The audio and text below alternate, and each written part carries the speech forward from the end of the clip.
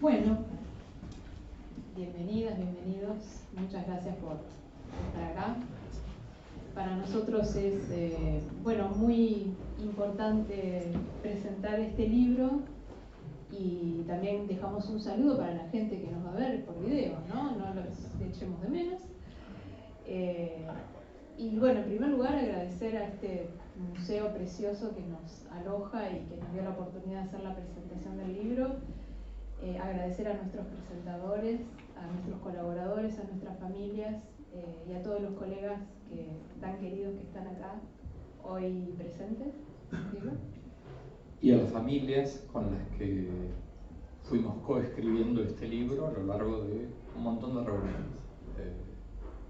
Y bueno, todo el proceso de recordar lo que habíamos escuchado, lo que escribieron, lo que grabaron, fue la verdad apasionante y crecimos mucho profesionalmente y estamos muy contentos de presentarlo hoy con ustedes.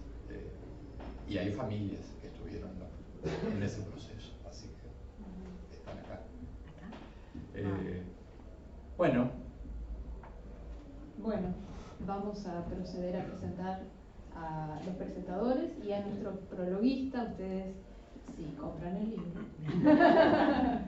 verán que nuestro prologuista es Martín Zapac, un médico pediatra a quien conocemos hace muchos años y entrañable amigo también. En este recorrido le preguntamos si quería venir, pero no fue posible porque está en Neuquén, así que es un poco lejos, pero nos mandó un video un poco para que lo conozcan y también para que les cuente qué es lo que él pudo rescatar de este libro, ¿no? Bueno, podríamos... Es él, Martín Zapac, médico pediatra, magíster en epidemiología, gestión y políticas de salud, presidente de la Fundación Salud para Todos, fundador y coordinador de Red de Banco de Leche Humana de Neuquén, que esto es algo que está haciendo recientemente y es una transformación social para la provincia, la región, muy, muy importante. No dejen de chequear ese proyecto que es fabuloso. Las madres donan su leche, la procesan, la pasteurizan, arman red dentro de la comunidad. Es una movida simplemente maravillosa. Y es una alternativa más que buena a las leches de fórmula, pediátricamente más útil. Bueno, ¿les parece escucharlo, Martín? Vamos a escucharlo, Martín. Bueno. Disparamos el videito.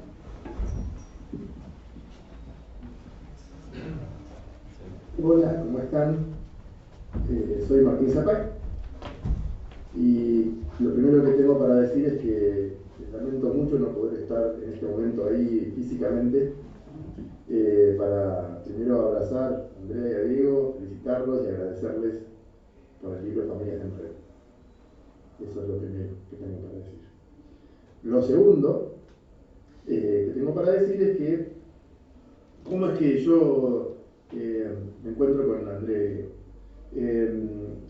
Me encuentro con ellos porque vibramos parecido. Cuando yo descubrí mi vocación a ser médico, tengo un recuerdo de algo que después comprendí. No lo comprendí cuando sucedió, sino después. Estaba buscando una facultad, una universidad para anotarme, y había ido a Buenos Aires y entonces me acerco a una prestigiosa facultad médica y en la puerta de la misma decía Facultad de Ciencias Biomédicas y yo dije, no, acá no es. No puede ser, esto es medicina. Sí, era la carrera de medicina, pero la palabra ciencias biomédicas a mí no me alcanzaba. Yo de chiquito tengo una vocación, una idea, soy muy curioso, me gusta la naturaleza, quiero entender por qué suceden las cosas, por qué las cosas tienen color, por qué el agua moja. Y bueno, eso lo trasladé después a mi vocación médica, que incluye las cuestiones de la naturaleza, lo que tal vez esté más relacionado con lo biomédico, pero que nunca me alcanzó eso, porque también siempre me interesó mucho los vínculos entre las personas y la comprensión de que natural que tenía de chiquito de que lo sociocultural, lo humano, era mucho más que solo el hecho material. Bueno, dicho esto, dentro de mis múltiples intereses, uno fue formarme como sanitarista y entonces ingresé a la Universidad de Lanús, a la maestría de Epidemiología, Gestión y Políticas de Salud, y como para poder probarla había que hacer una tesis. Yo orienté mi tesis a la discapacidad, porque, sobre todo porque estábamos trabajando ya en mi hospital, en Cutralcó, con familias, con personas con discapacidad, porque veíamos que tenían necesidades que no estaban siendo respondidas adecuadamente, no solo por el hospital, sino por las diferentes instituciones. Y indagando me di cuenta que calidad de vida era una categoría importante, central.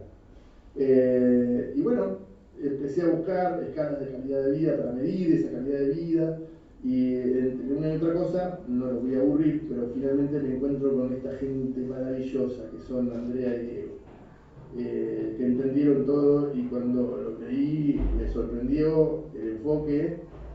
El libro llegó a mis manos, el libro Eso no se hace, y eso a mí fue para mí una herramienta y además un lugar de reflexión. Es un libro que todavía consulto.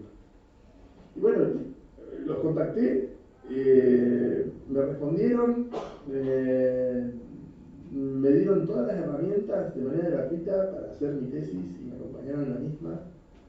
Pero además vinieron a Cutralcó, trabajaron con nuestro equipo acá en varias movidas muy buenas que dejaron huella, que hoy todavía la gente la recuerda. Y así, bueno, quedamos amigos, que es lo más importante. Somos amigos, yo los quiero mucho, no solo los amigos, sino que los quiero mucho, y me gustaría estar en Buenos Aires para ir a visitarlos, tomar mate, o salir a comer o ver una peli con ellos. Pero bueno, resulta que ahora escribieron este nuevo libro, Familias en Red, y me pidieron el prólogo. ¡Wow! ¡Qué buena onda! Así que bueno, ahí está escrito, lo pueden leer. Pero ahora quería decirles, compartirles algo sobre el libro, que no está en el prólogo. Me gusta mucho Paulina Cocina. No sé si la conocen, es una youtuber de cocina. Por eso se llama Paulina Cocina. Y ella no da recetas, o sea, vos ves el video y aprendes una receta, pero es mucho más que una receta. Es un concepto acerca de la alimentación, acerca de los alimentos, de las materias primas, de la cultura, digamos, ¿no? En eso se parecen a Andrea y a Diego. Y te llevas algo más que la receta, te llevas un estilo, te llevas un enfoque, ¿no? Y resulta que en uno de los últimos viajes que hizo, parece, a Grecia, dijo algo. Estaba en Grecia y dijo, bueno, yo les voy a contar una cosa. Yo tengo una teoría y la voy a comprobar ahora. Yo digo que no importa lo que pidas en Grecia, va a estar excelente. Va a ser la gastronomía acá es excelente. No importa dónde te sientes y qué pidas, va a ser excelente. Entonces dijo, bueno, yo no entiendo lo que dice la carta, pero mostró la carta, ¿no? Agarró la carta y dice, bueno, voy a hacer así, y eligió en el menú algo. Y le dijo a la mesera, yo quiero esto. Y llevó a su mesa una comida que estaba espectacular. Entonces, comprobando de esa manera científica que efectivamente si vas a Grecia, no conozco Grecia, pero si vuelve a hacer eso, no importa dónde te sientes y que pidas, la comida va a ser de excelencia. Bueno, dicho esto, este libro es igual. No importa qué fragmento leas, hagan la prueba, elijan una hoja al azar y un párrafo al azar. Ese párrafo va a tener algo importante para reflexionar. Es un libro que se puede leer de pe a pa, es como Rayuela de Cortázar. Vos lo podés leer de pe a pa y esta es una experiencia y recomendable. Pero además podés leerlo en cualquier página, en cualquier párrafo, y vas a tener algo en lo que hay que detenerse, ¿no? Y esto es porque son gente sabia, entonces pueden condensar conceptos, ideas, experiencias, en pequeñas moléculas, y ese libro está atravesado por eso. Y además hace uso de lo que para mí tiene que ver con, volviendo a la medicina, ¿no? La medicina tiene que ser descriptiva del hecho, en este caso del hecho vital, de tener una discapacidad, o tener un hijo con una discapacidad, o tener un paciente con una discapacidad, o tener una discapacidad. Y este libro hace eso de una manera espectacular, que es respetando la palabra de las personas que tienen la vivencia. Entonces, en esas descripciones están las claves de la construcción de la política pública en discapacidad. Entonces es un libro que es fundamental, porque no es el procesamiento de la cosa, sino la cosa en sí, que debe ser atendida.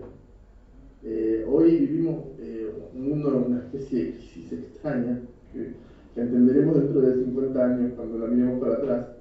Pero una de las grandes causas de la crisis es que las instituciones no están sabiendo responder integralmente a los problemas complejos que tienen los ciudadanos.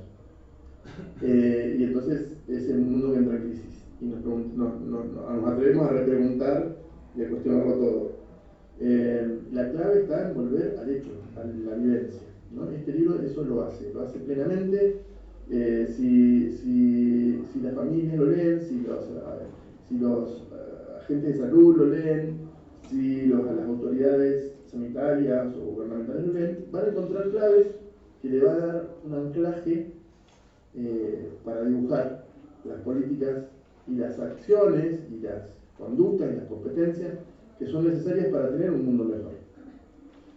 Mario Rovere, que es un gran referente de redes, de familias en red, dice que necesitamos que la política pública sea como un compás, que se dibuje con un compás, con la puntita que pincha sobre el hecho, sobre la problemática, sobre la vida de las personas, y ahí sí dibuja la figura con la punta de grafito, pero haciendo eje en la vida.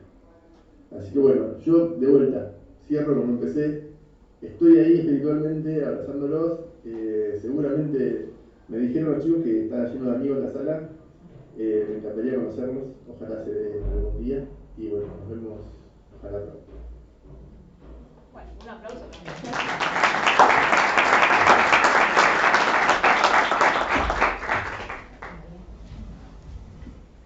No sabemos si lo sponsoreaba Paulina Cocina. Ya nos contará. ¿Qué sucedió? Bueno, re interesante, ¿no? Lo que contaba Martín, más allá de la situación personal, el rescate que hace también del momento en que este libro casualmente sale, ¿no? a la luz. Un mundo tan difícil, tan crítico. Y yo pensaba, ¿no? Por momentos, qué lindo, qué alegría, siempre es un festejo en nuestro quinto libro. Por otro lado digo, ¿y qué hay para festejar? ¿No? Desde el punto de vista del acompañamiento a las familias, de la situación que estamos atravesando junto a ellas, siendo profesionales también, prestadores de servicios, ¿no? Qué situación tan difícil y cuántas tensiones ahora que las vemos por la tele aparecen, ¿no?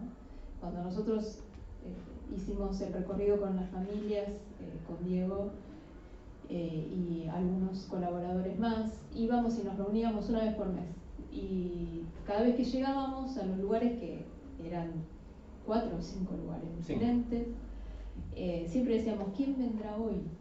¿No? Que era casi un misterio, porque a veces venían las mismas familias, a veces no podían, a veces no tenían el dinero para el colectivo. Esto fue una experiencia que hicimos con Copidis post pandemia. La primera vez que nos reunimos con la familia nos sacábamos el barbijo para charlar con ellas, y ya en aquel momento había muchas dificultades para la tramitación del certificado, para los tratamientos, para, bueno, que se integren en las propias familias, para que se integren en la escuela. Todo esto está súper reflejado acá con las palabras de ellas, y entrelazábamos nuestros contenidos con ellas, y muchos de ellos tenían que ver con la calidad de vida que Martín mencionó. fundación.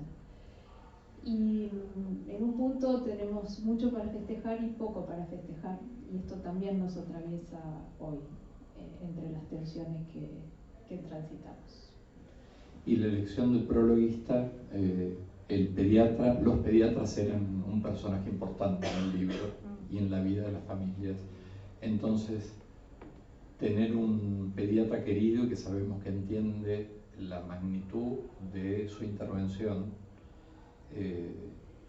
Hay una cuestión de tamaño, en las ciudades más chicas es más fácil.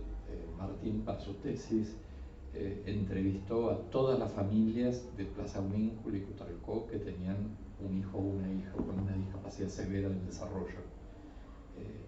Eran 120 y los entrevistó varias veces. Entonces, ese lujo no lo tenemos en las ciudades más grandes.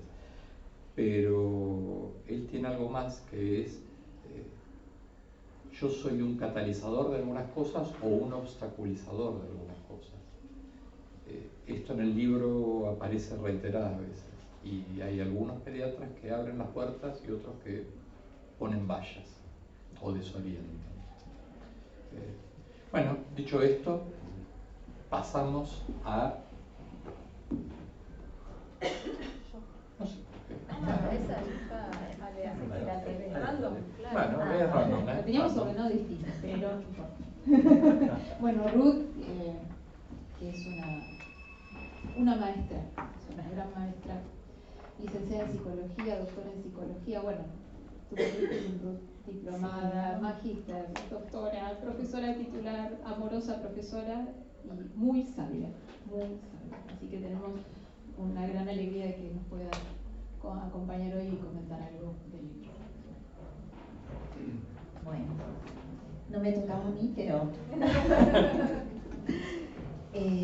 bueno, muchas gracias, André y Diego, por esta invitación. Admiro el trabajo que hacen y sobre todo el modo en que lo hacen, con compromiso, con sensibilidad y con una entrega que no es frecuente encontrar. Quisiera comenzar esta presentación con lo que podría ser el cierre. Recomiendo el libro. Y lo hago porque tiene la virtud de ser una obra abierta a múltiples destinatarios. Es útil para los familiares de personas con discapacidad, que con su lectura se pueden sentir acompañados, para las propias personas con discapacidad, que encuentran allí un reconocimiento de su voz, para los profesionales con trayectoria, que pueden ver reflejada su experiencia y la de sus pacientes, y también para quienes recién inician su recorrido en este campo, a quienes el libro ofrece orientación. Hay algo muy evidente. Este libro refleja mucho trabajo. El objetivo general, entiendo, es mostrar la importancia de la construcción de una red frente a las situaciones traumáticas. Podríamos decir que el libro entero es una argumentación que sostiene, avala, justifica esa convicción de Andrea y Diego. El libro deja entrever que los autores han trabajado mucho para llegar a este producto final. Hay un trabajo de campo, de investigación-acción, que es formulado luego como una articulación clínico-teórica, con una teoría accesible para todos. Respecto del trabajo de campo, no es fácil convocar y sostener con compromiso un grupo para madres y padres. Tal como el libro lo muestra, son madres y padres que suelen encontrarse abrumados, no solo por las exigencias ligadas a sus responsabilidades con estos hijos, la escuela, los tratamientos, el trabajo, sino porque el procesamiento psíquico de la discapacidad de un hijo también resulta perturbador.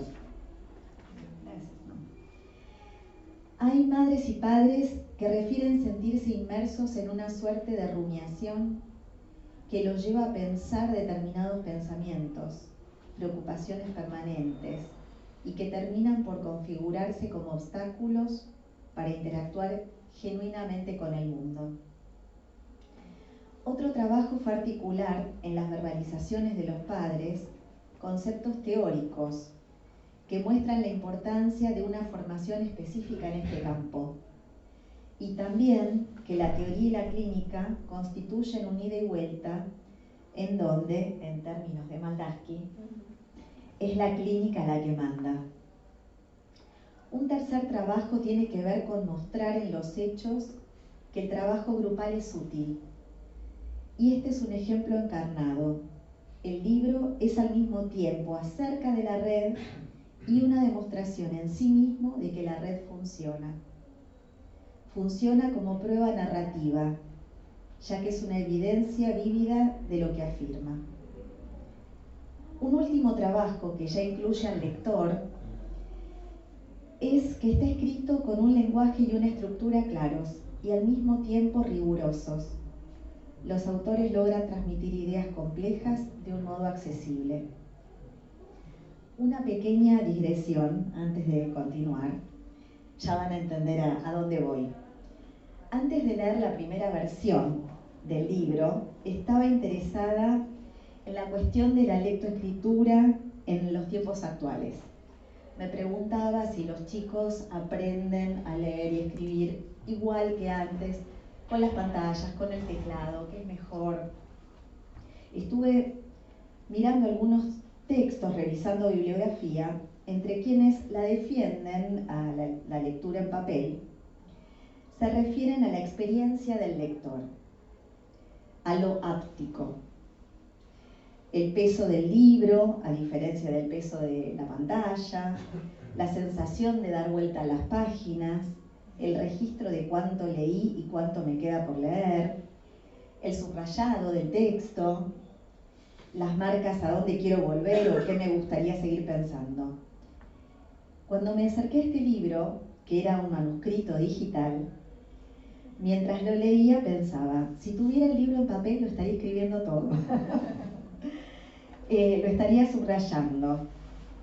Con esta pequeña vuelta lo que quiero decir es que se trata de un libro que permite muchas lecturas y de un modo ameno nos invita no solo a reflexionar sobre nuestra práctica, sino también que nos introduce en la realidad de las familias.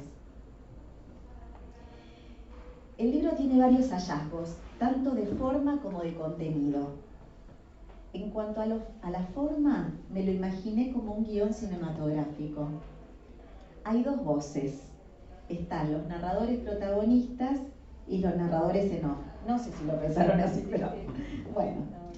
Los narradores protagonistas brindan su testimonio, mientras que los narradores en off definen los conceptos. Están escritos en dos letras distintas también. Los narradores protagonistas favorecen la resonancia en el lector.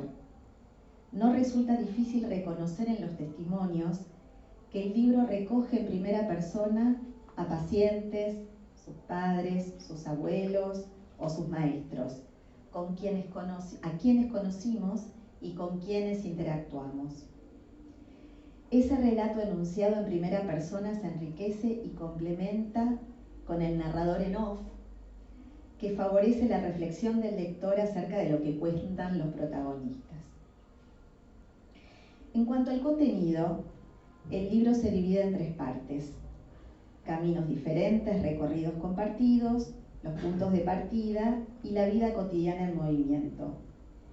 En ellos se observa un denominador común que tiene que ver con valorizar el saber de las familias.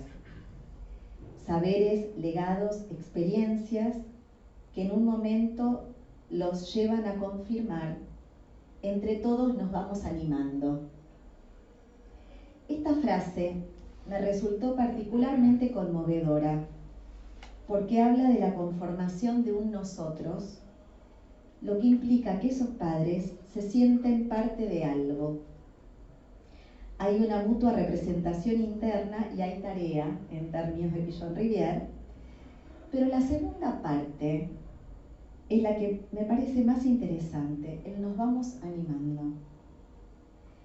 En una primera acepción, animarse juntos podría ser entendido como un logro progresivo de un clima de confianza. Pasar de un primer momento de desconocimiento de los otros, no sé quién es el otro, a un segundo tiempo en donde los integrantes del grupo se sienten más cómodos para expresar sus ideas y sentires de manera más espontánea.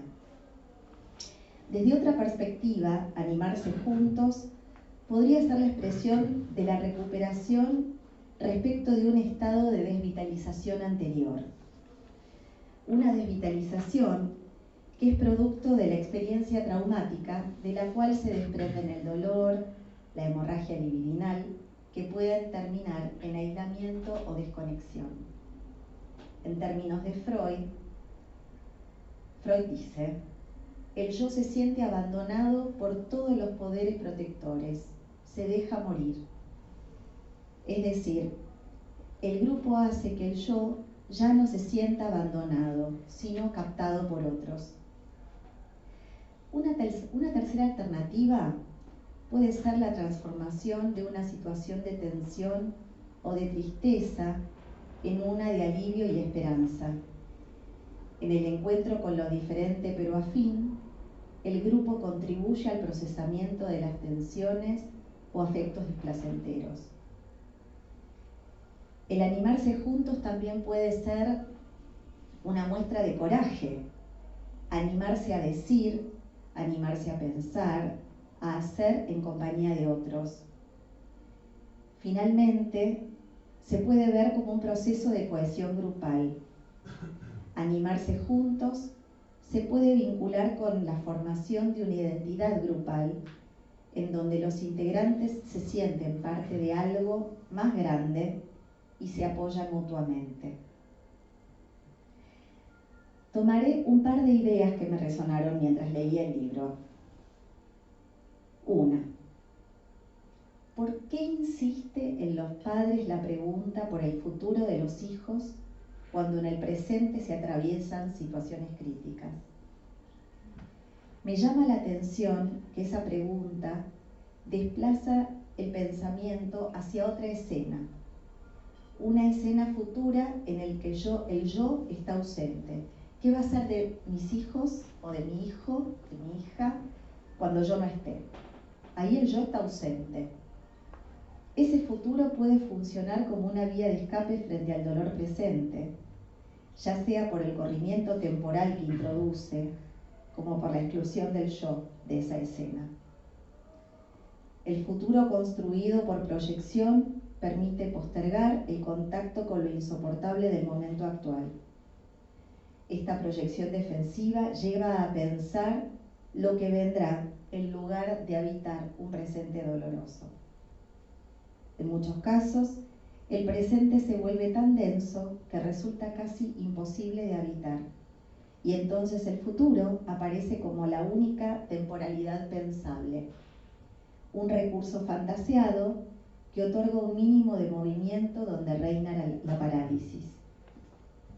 El futuro funciona como una especie de refugio ilusorio, un lugar donde la angustia del presente parece atenuarse. También puede leerse de otro modo. La pregunta por el futuro no solo expresa un intento de huida, sino también un pedido de sostén. Se dirige a los profesionales, a las instituciones, a la comunidad, en busca de certezas que nunca son plenas. Aquí resuena la cita de Freud acerca de lo que le ocurre al yo cuando se siente abandonado por los poderes superiores. El desamparo del presente empuja a refugiarse en un porvenir imaginado, aun cuando se trate de un porvenir sin la persona propia en escena. Otra idea. Un padre dice que resulta importante dejarse guiar por los hijos. Con frecuencia, entrar en contacto con la discapacidad resulta doloroso, lo que puede llevar a una desinvestidura del hijo y a desestimar los propios sentimientos. ¿Cuáles son las condiciones de posibilidad para que los padres puedan dejarse guiar por los hijos? En el vínculo identificatorio, el hijo devuelve a la madre y al padre una imagen que no coincide con la que ellos tienen de sí mismos. Para poder establecer un contacto genuino con el Hijo, es necesario dar lugar a la investidura del Hijo real, con todo lo que implica reconocerlo en su singularidad. Los padres necesitan recuperarse subjetivamente del trauma inicial. En ese momento de crisis, la posición sujeto suele cederse a otro, generalmente a los médicos. A veces los padres quedan como hipnotizados, paralizados frente a las indicaciones del médico, o se limitan a ocupar el rol de transportistas que llevan al hijo de terapia en terapia. En ambos casos, la intensidad del arrasamiento dificulta la recuperación de la posición sujeto. También podemos considerar que el alcance del arrasamiento es tal que muchas veces los padres no logran creer aquello que efectivamente saben de su hijo, y esto abarca su experiencia y su percepción. Asimismo, es necesario comprender que aceptar no equivale a conformarse. La aceptación supone elaborar y deponer un conflicto inicial con la realidad. Conformarse, en cambio, significa bajar los brazos, renunciar a la posibilidad de transformación, darse por vencido. Para que los padres puedan dejarse guiar por los hijos, es necesario restituir un lazo de reciprocidad. Esto implica reconocer al hijo no solo como alguien que recibe cuidados, sino también como alguien que es capaz de dar, de orientar, de marcar un rumbo con su modo de estar en el mundo. Se trata de sostener un vínculo donde el hijo pueda ser fuente de significación para los padres y no únicamente objeto de intervenciones médicas o educativas. Finalmente, ya termino. Finalmente me pregunté, ¿por qué funciona el dispositivo? ¿Qué ocurre entre las familias? Y me respondí, posiblemente, el dispositivo grupal funcione porque ofrece empatía, que es lo primero con lo que el trauma arrasa. La situación traumática se define como un estímulo desmesurado que produce una inundación cuantitativa del aparato psíquico, imposible de cualificar. Eso quiere decir que en lugar de sentir tristeza, por ejemplo, que es un matiz afectivo, lo que la persona siente es agobio, desborde, se siente extraña respecto de sí misma y se pregunta si alguna vez va a recuperar algo que ella o él consideraban era el sí mismo. Esto tiene que ver con lo que se suele llamar desvalimiento, en donde el yo se siente abandonado por las instancias protectoras y por una sociedad que puede ser indiferente u hostil. En esas situaciones, la sensación es que no hay nadie que pueda entenderme. Entonces, los otros padres, las otras madres, cuando pueden ubicar en el mundo a quienes son interlocutores válidos, pueden contradecir esa afirmación y comenzar a generar nuevos vínculos empáticos y tiernos. El trauma genera psíquicamente un impacto tal que el aparato psíquico queda desvalido, vulnerable. La exigencia de reconfiguración interna, sumada a las exigencias de una realidad que es vivida como hostil, pueden conducir básicamente a dos caminos. Del lado de la descomplejización se instalan las patologías que pueden llegar a profundizarse. Del lado de la resiliencia nos encontramos con la creación de nuevos nexos. Se pueden retomar proyectos previos, se pueden rearmar proyectos previos o surgen nuevos. Entiendo que los autores de este libro, con la propuesta de redes, apuestan a un modo particular de experiencia resiliente. Termino con un agradecimiento a Andrea y Diego por el trabajo que hacen y por mostrar que podemos armar entre los profesionales un nosotros en donde entre todos nos vayamos animando.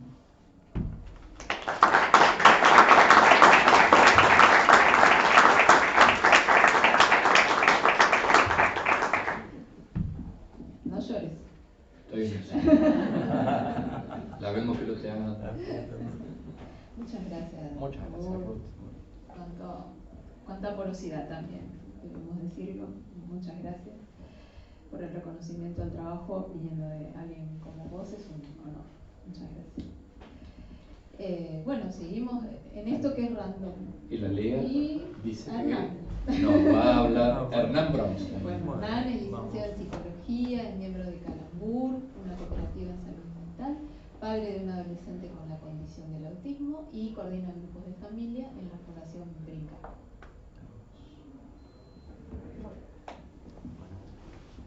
Gracias.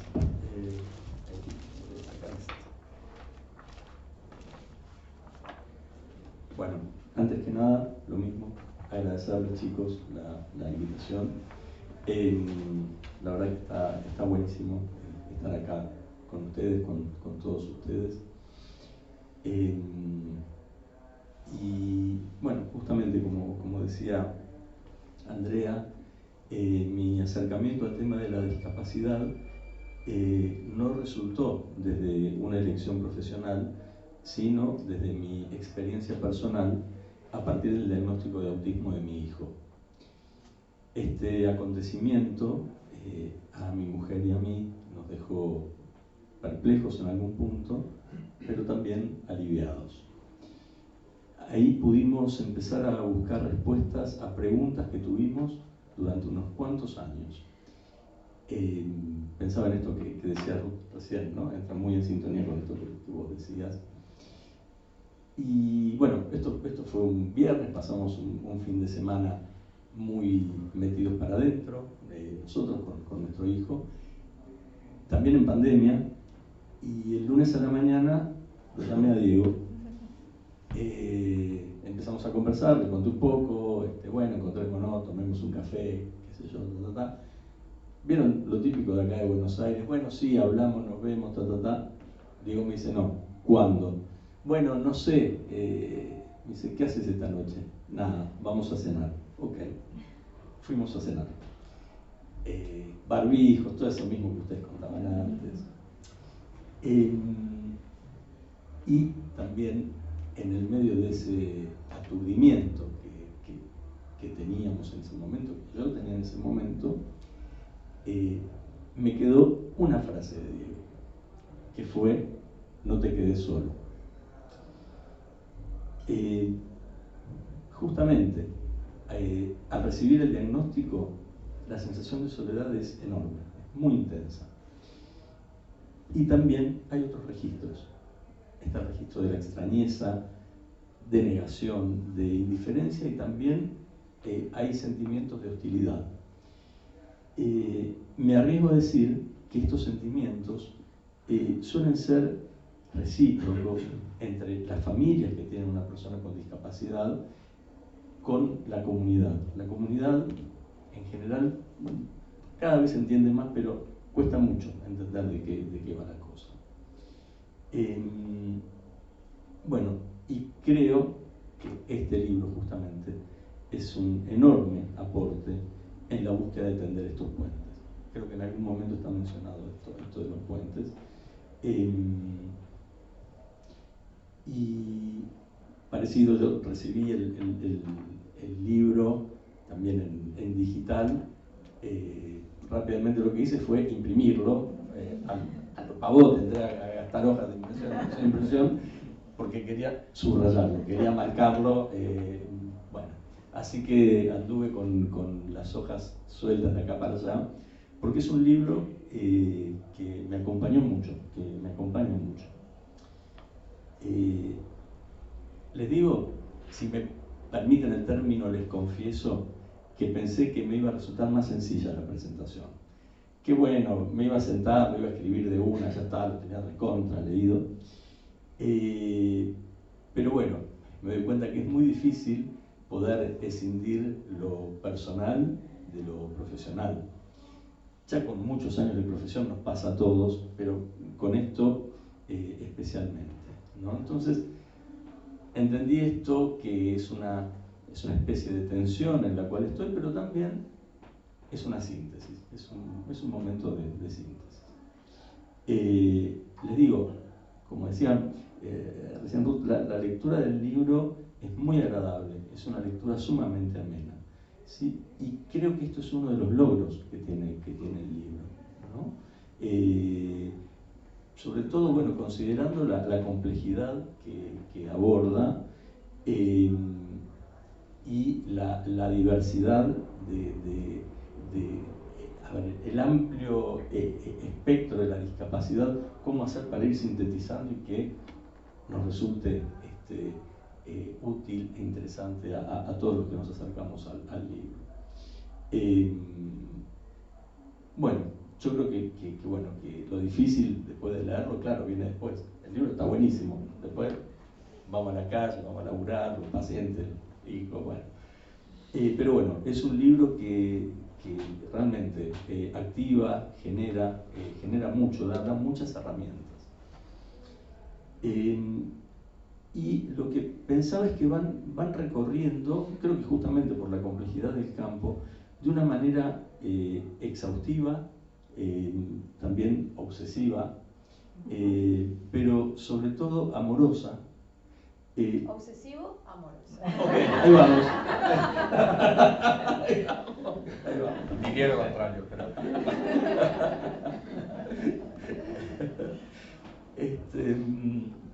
Bueno, esto, ¿no? Va recorriendo todo esto, ¿no? Las distintas formas de organización que se van dando las familias con infancias con discapacidad. Es un tejido muy puntilloso de esta trama, ¿sí? Y esto permite la confluencia de la vida de estas familias con la comunidad que la rodea, con el acceso a los recursos terapéuticos y también con la intervención o no del Estado. Ahí vamos. También sintetiza cada una de las situaciones que atraviesan estas familias. La elección de un colegio, de un centro educativo terapéutico, de alguna actividad, de una terapia o la inclusión de un tutor. Los autores van desplegando todo esto haciendo foco especialmente en lo que hay y no desde lo que falta, ¿sí? No es un libro quejoso, es un libro muy enfocado en esto, a ver qué tenemos, a ver qué hacemos con esto que tenemos, ¿no? Y yo no lo pensé desde el cine, lo pensé más desde la música. Me parece que es un gran trabajo coral. Este libro es un gran trabajo coral, donde se van turnando las voces de las familias. Avanzando en la lectura, el protagonismo de las familias va ganando terreno y los autores quedan en un lugar casi inaudible, organizando y sobre todo propiciando que se desplieguen esas voces, que se desplieguen esos sonidos. Una suerte, a ver, si vamos a la música, son los bajistas, son los contrabajistas de la banda, están ahí en un segundo plano, pero si ellos no están, de repente, bueno, Nada suena. Nada suena.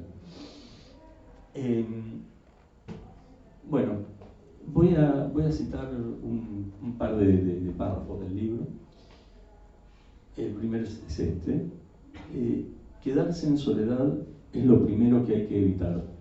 Para atravesar las situaciones de desamparo y o de desvalimiento, siempre es recomendable compartirlas con alguien más, aunque no esté involucrado en forma directa.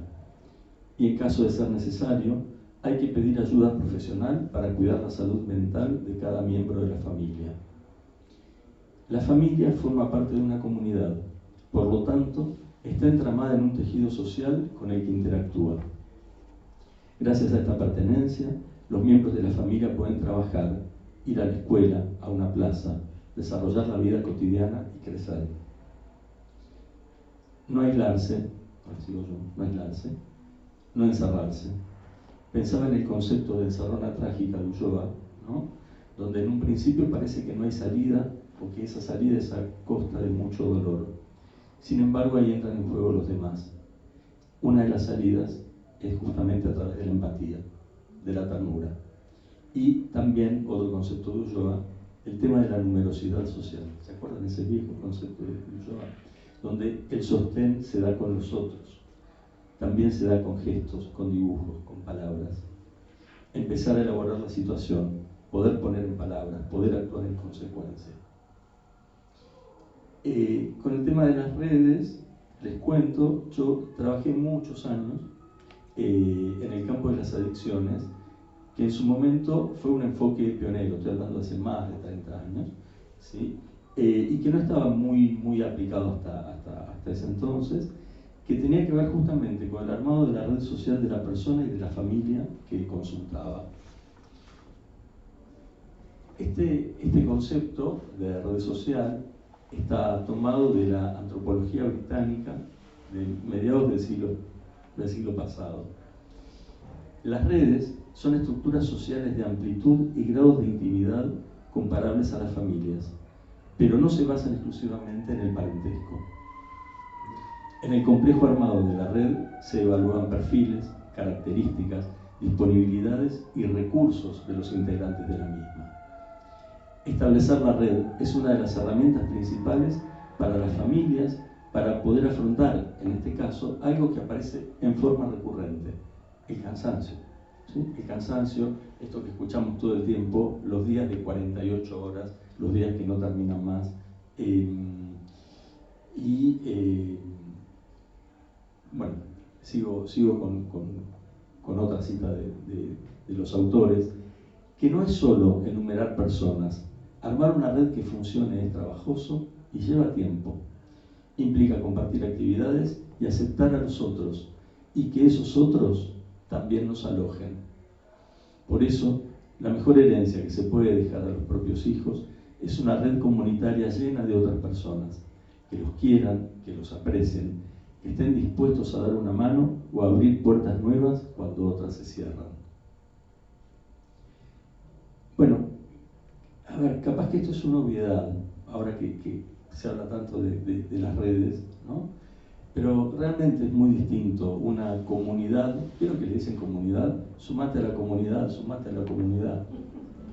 Para mí la comunidad es una comunidad terapéutica de hace 1000 años atrás, ya está, pero bueno, eso. Pero bueno, es muy distinto una comunidad virtual que una red social presencial. ¿Sí? Pensemos en la energía que se genera nomás cuando hay un montón de personas reunidas en función de un objetivo, ¿no? Acá, por ejemplo, ¿no? Yo creo que hay una energía distinta de estar acá reunidos a partir de esta convocatoria que vernos por la camarita. O si no, bueno, o en un recital o en una cancha de fútbol, o sí en una reunión de equipo, ¿no? Esto de en una reunión de equipo poder sostener los silencios, las incertidumbres, los gestos, es otro tiempo donde, bueno, justamente las redes tienen esta energía, tienen esta interacción y generan estos encuentros. Una vieja maestra que tuvimos con Javier decía, con el armado de las redes, de los pacientes adictos, pero que bien vale para esto, que estaba bueno si había una vecina o una tía que podía esperar a la familia con un plato de comida caliente a la noche, eso ya era parte de la red y era fundamental. Eso era importante, sumaba. Y yo pensaba, bueno, eso, ahora que está todo el mundo con el Instagram subiendo lo que come y qué sé yo, bueno, a esta cuestión, ¿no? De, bueno, llegás hecho pelota y no das más, bueno, acá tenés la cena. Bueno, digo, esta red justamente, ¿no? Va a favorecer a la persona con discapacidad en su vida cotidiana, en su hacer, en su otredad, en su diferencia. Básicamente, en su autodeterminación, que justamente este es uno de los conceptos centrales del libro, la autodeterminación. Cito de nuevo. Todos sin excepción, somos interdependientes y nos necesitamos unos a otros a cada rato. La discapacidad no tiene nada que ver. Interdependemos porque somos humanos. Alguien puede tener limitaciones en su autonomía, pero tener una vida autodeterminada, tomando las decisiones sobre cómo quiere vivir dentro de sus posibilidades o esforzándose para ampliar ese horizonte de posibilidades. Bueno, quiero remarcar también el quiebre que plantean los autores con respecto al modelo médico hegemónico sobre la discapacidad. En ese modelo, toda la vida de la persona con discapacidad y su familia está atravesada por la asistencia, y toda actividad se circunscribe a un tratamiento o a su rehabilitación. Se medicaliza la vida. Toda actividad tiene que tener un fin terapéutico. No es hacer equitación, sino hacer equinoterapia. No es hacer danza, sino danza-terapia. A ver, esto es como muy parecido, estos lugares comunes, aparte de esto, de la terapia como eje. ¿Se acuerdan cuando todo era arte? El arte, el liberarte, ¿no? Como estos lugares comunes totalmente vacíos de contenido, ¿no? Pero bueno, justamente si todo tiene esta cosa utilitaria, ¿no? Nos estamos perdiendo y nos olvidamos del disfrute, del placer, incluso de poder estar sin hacer nada. A veces necesitamos estar sin hacer nada.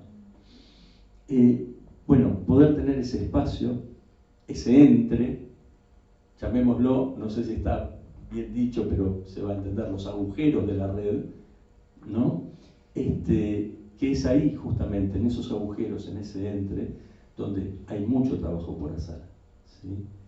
Es salir a conquistar la propia singularidad, poder confrontar, poder entrar en crisis, poder cuestionar, ¿no? Y la persona con discapacidad y la familia, ¿sí? ¿Qué es lo que se quiere? ¿Qué buscan? ¿Qué eligen? Un familiar, ahí en el libro, dice: si nos preocupamos por lo que dicen los sabios de la discapacidad, no somos tan buenos padres. Hay que ser creativos y observadores. Es un arduo y constante trabajo de subjetivación, y es también un continuo trabajo sobre los dispositivos terapéuticos y sociales y la adecuación.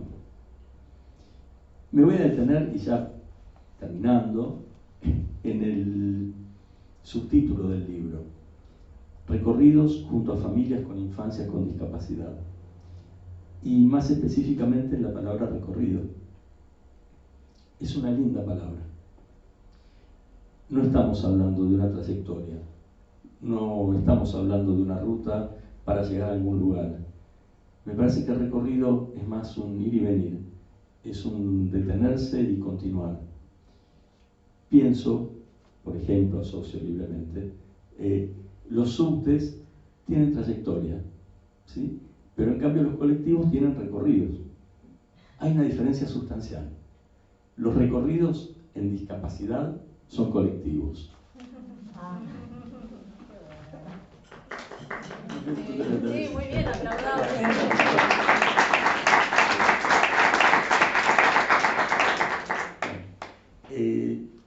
Y justo con esto, Andrea y Diego a lo largo del libro mencionan todo el tiempo que hay muchos lenguajes posibles para acercarse a las familias. Y bueno, y con los colectivos justamente, bueno, voy a hablar un poco de los colectivos. Uno que pasa por acá, que parece muy cheto, muy lindo, el del 108, que yo lo tomo habitualmente, al 108, y un tiempo atrás me di cuenta que en los paneles el 108 tiene pictogramas. Y sube mucha gente los mira, a veces no tienen muy de qué va la cosa, pero cuando sube una familia con un chico con discapacidad, los pibes lo toman y las familias lo toman. O sea, una cosa muy impresionante. Y el otro, el 87, me equivoqué, era el 87, que decíamos. En los horarios vespertinos, la mayoría de los choferes son choferes mujeres. ¿sí? Y el registro que tienen cuando sube una persona con discapacidad es totalmente diferente, ¿sí? Los gestos son distintos y generalmente, como uno lo toma en el mismo horario, las choferes mujeres, los choferes mujeres frenan, saludan, hacen el espacio, arman todo como para que sea un lugar muy tranquilo, digamos, ¿no? Lo loco es que son dos líneas que no se caracterizan para nada por su eficiencia. Es más, odio a las dos, y cuando yo las odio a las dos, ¿sí? Pero, bueno, está bien, cada una a su manera, no es muy eficiente, pero ayuda, y sobre todo facilitan el recorrido. Esto, ¿no? Mirar por la ventana del bondi, tener una perspectiva. Muchas veces con esto me saco de la idea de crisis y me quedo más justamente con la idea de tensión, ¿sí? En esto de, bueno, es una tensión, no es una crisis, son tensiones. Y esto de poder, que también permite el bondi, eludir esta trampa de la temporalidad y de la inmediatez. Bueno, para terminar esto, ¿no? Bueno, que me gusta el transporte público, pensar el recorrido y el itineris, vamos, ¿sí? En definitiva, una producción subjetiva de cada familia, poder armar una cartografía propia, con sus accidentes, sus particularidades, sus refugios, sus espacios abiertos, con sus tiempos, sus desencuentros y sus encuentros. Bueno, esto, y antes de terminar, agradecerles a Andrea y a Diego por el estilo amoroso con el que está escrito el libro, obsesivo amoroso, y que esto está en absoluta sintonía con la calidad humana y profesional de ustedes. Así que eso. Muchas gracias.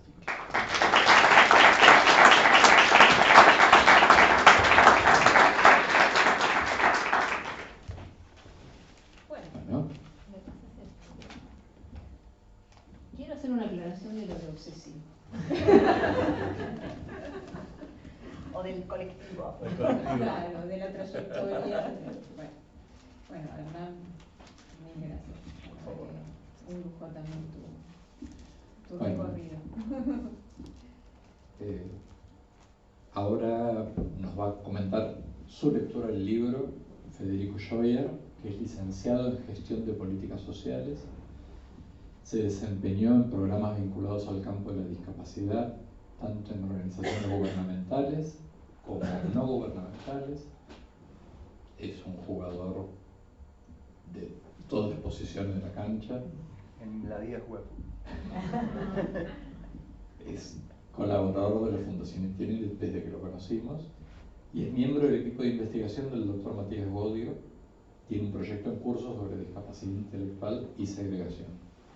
Sí, yo quería agregar algo que es que, bueno, tenemos dos psicoanalistas aquí en la mesa, pero cuando le dimos el libro a Fede, él ofició de psicoanalista porque nos hizo un análisis tan pormenorizado y obsesivo, porque acá legitimemos la obsesión de todos los presentes. Quizás más obsesivo, amoroso. Pero él fue, si hay un psicoanalista del libro fue Fede, y agradecemos los aportes tanto de Ruth, que también, pobre, le dijimos, Ruth, ¿qué te pareció la obra? Decinos que si tenemos algo para corregir, porque uno siempre tiene cosas para corregir y sigue aprendiendo, ¿no? Más allá de que plasme alguna de sus ideas. Así que amorosamente Ruth, también Hernán, pero al hueso fuiste vos. Perdón, tus 3 páginas de devolución fueron muy ricas, así que te agradecemos públicamente también ese trabajo y, gracias a ustedes. Y bueno, desde este lugar te vas a escuchar. No fueron un comentario. No, nos llevó a repensar buena cantidad de secciones del libro y con muy buen motivo. Bueno, todo tuyo, Fede. Bueno, muchas gracias. Eso sí que no me esperaba. ¿Viste? Bueno, ¿qué decir? Me une a Diego y a Andrea el cariño y la admiración en partes iguales. Me encanta lo del estilo obsesivo amoroso, creo que llegamos a algo hoy en esta mesa, arribamos a una conclusión importante. El testimonio de ese enfoque obsesivo amoroso es el cuenquito con palitos de la selva que hay en la mesa, un ejemplo más claro no podría. Hay uno para cada uno. No podría haber. Gente que llega y te pone un cuenquito con palitos de la selva, es obsesivo amoroso. Y si el comentario fue obsesivo amoroso de mi parte, lo aprendí de usted. Me hizo acordar Zapag en su alocución al principio, que a mí también me une con Diego y Andrea un libro, el mismo libro de hecho, que si no me equivoco es el primer libro que publicaron. Yo estaba año 2016 creo, haciendo un curso, mi primer curso sobre discapacidad en Puan, curso muy bueno, y en una clase se menciona este libro, cuyo título es Son o se hacen, y dije, eso hay que leerlo. ¿Qué será con ese título enigmático? Bueno, de unos autores, Aznar y González Castañón. Tomé nota en un cuadernito, fui y busqué el libro, lo conseguí. Y después me los crucé en una actividad, en el mismo programa en el cual se origina este encuentro con las familias que deriva en este libro. Y me arrimé y les conté, che, estoy leyendo su libro. Y ahí empezó esta historia, que ya pasaron 8 años y acá estamos, así que estoy muy contento y los felicito. Me alegro mucho de que sigan apareciendo libros de Aznar y González Castañón.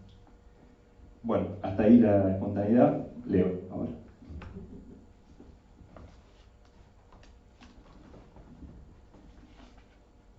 Primero, quisiera destacar, dentro de la prolífica trayectoria de Andrea y Diego, la continua proeza que supone escribir libros.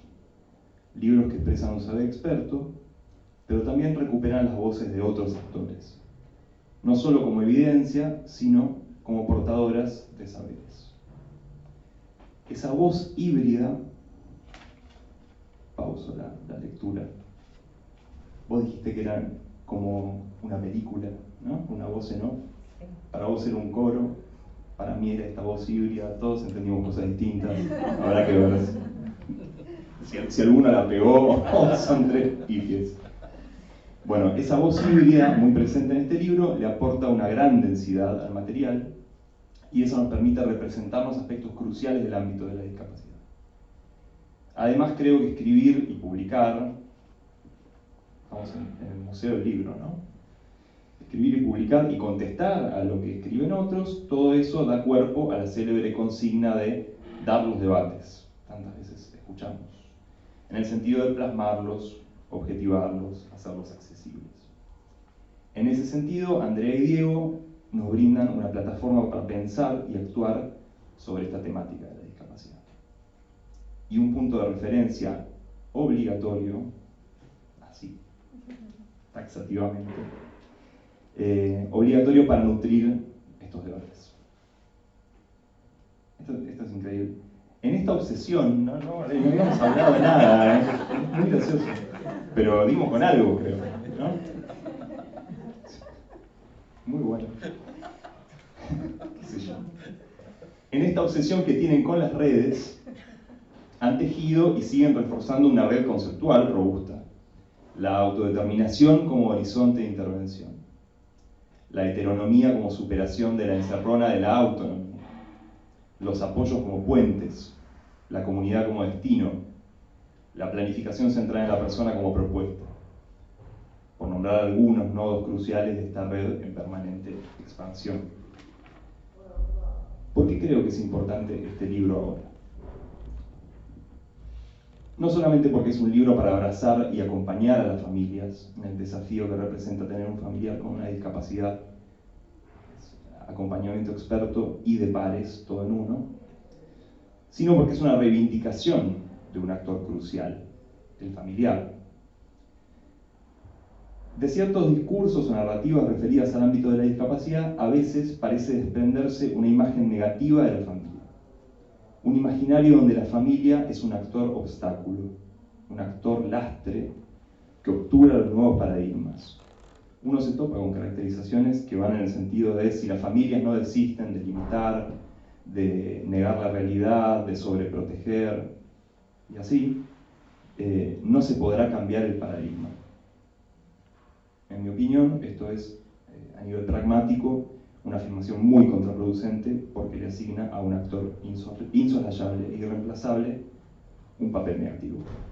Tenemos que, en mi opinión, humildemente erradicar esos discursos, no sirven para nada. Claro que todos los actores son pasibles de señalamientos y esto es parte de analizar este ámbito social. Por eso destaco que Andrea y Diego avanzan en el desarrollo de estos capítulos con mucha cautela, restituyendo la importancia de la familia, de su saber, sin idealizarla. Porque no tienen todas las respuestas, porque es falso que nadie sabe más que ellas, es falso que cualquier actor sabe más que todo el resto, ninguno de los actores del campo de la discapacidad tiene el monopolio del saber. Ni tampoco le achacan todos los males, solo recuperan sus voces y dialogando con ellas para construir esa voz híbrida que narra este libro. Un diálogo social que se pule hasta constituirse en argumento. Acá elegí una cita donde lo que me gusta de esta cita es que es un familiar que le habla a otro familiar, cosa inconcebible por fuera de un proyecto como este. Dice así: yo ya pasé por esto que estás encarando vos. A mí me resultó mejor hacerlo a través del centro, está hablando de los centros integradores, usando las prestaciones de la obra social, porque los sueldos de las maestras integradoras son muy bajos. Entonces, trabajan con mi hija medio año y después abandonaban cuando conseguían un cargo fijo o una suplencia. Y quedábamos todos tambaleando. Cuando contás con un centro integrador, ellos son los que se preocupan de tener siempre un plantel de maestras integradoras. Nunca se van a quedar sin personal. No todas las obras sociales trabajan con todos los centros, eso vas a tener que averiguar. El centro integrador no es solo brindar la maestra integradora y hacer el seguimiento con la escuela. Una pretende que la acompañen con las angustias y nos asesoren. Lo elegí porque es un montón, ¿verdad? Sí, ¿no? La profundidad, la elocuencia, el hecho de que le esté hablando una familia a la otra. También Zapag decía que acá hay claves para la política pública. Vaya que sí. En suma, la lectura del libro me inclina a pensar que ninguna transformación que se busque en el campo de la discapacidad habrá de realizarse a pesar de los familiares. Los autores nos ayudan a pensar en esta clave. Algunas características que quiero destacar: se trata de un material de lectura accesible, esto es muy favorable, realmente es un libro que se lee de forma amena, fácil, sin perder ni un gramo de la complejidad que tiene el tema, cosa que es muy difícil de lograr. Y contiene varias de las herramientas conceptuales que los autores vienen desarrollando y refinando hace años. Esas que aparecían en Eso no se hacen, allá están de vuelta generosamente puestas a disposición. No había pensado en lo que decías vos también, Ruth, de que es un libro que funciona para un montón de destinatarios posibles. Es cierto. También cabe mencionar la vocación transformadora de los autores. Diego y Andrea tienen una idea sobre lo que hay que hacer en discapacidad y la comparten generosamente. Acá me tomé el atrevimiento de contar la cantidad de veces que en el libro se dice hay que hacer tal cosa, tal otra, son 42 veces, contando las de los familiares, porque de vuelta es la voz híbrida la que habla. Y los obsesivos somos nosotros. Ya saben de qué hablan. Hay otra cita que quisiera recuperar, que es, esto ya ustedes también lo nombraron, que es esta proverbial pregunta sobre qué será de nuestros hijos cuando nosotros no estemos, que el otro día hizo llorar a un periodista famoso. Los autores proponen un principio. ¿A quién? Ay, no me acuerdo. Andy. Porque también yo era un político famoso, pero no sé. Sí. Ahí está. Bueno, ante la proverbial pregunta sobre qué será de nuestros hijos cuando nosotros no estemos, los autores proponen un principio. Cita: mientras estamos y convivimos, trabajemos para sumar lazos sociales significativos a nuestra red, para que nuestra hija o hijo no dependa exclusivamente de nosotros. Coincido con esto, pero ese cultivo de los lazos significativos, además de una loable estrategia para tratar de procurar el cuidado y la integridad en un futuro incierto, es también una meta de inclusión en sí misma, si concebimos a la sociedad en el mejor de los casos como una red de vínculos que nos sostiene, nos absorbe y nos anima. Muchas gracias por la invitación.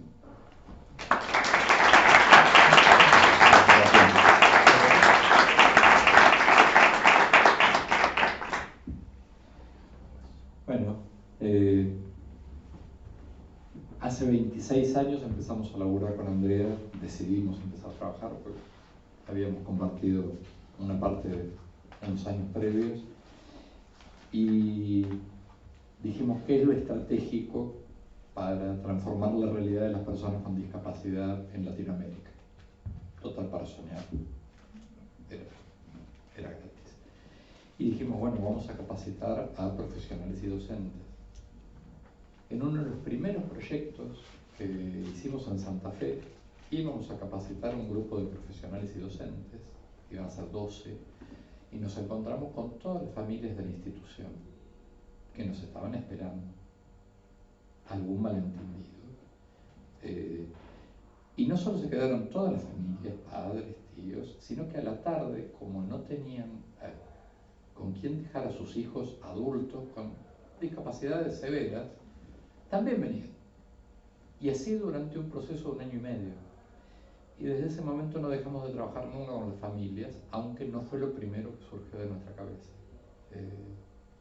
Y de alguna forma eso que no buscamos, pero no sucedió, se terminó plasmando en este libro muchísimos años después, y muchos proyectos de familias después, y proyectos con autogestores. Esto era parte de un programa de acompañamiento a las familias que el gobierno de la Ciudad de Buenos Aires vio la necesidad de desarrollar, y nos llamó a nosotros, como en otros proyectos también innovadores como el de Vida Independiente, para capacitar al gobierno y para armar algo distinto donde no había. Y siempre tuvimos, el objetivo era que este libro fuera entregado como un QR para todas las familias que sacaban un certificado de discapacidad. Bueno, eso todavía no sucedió, pasaron muchas cosas, pero puede suceder. ¿Por qué no? Porque nos pagaron para escribirlo. A publicarlo lo hicimos nosotros, pero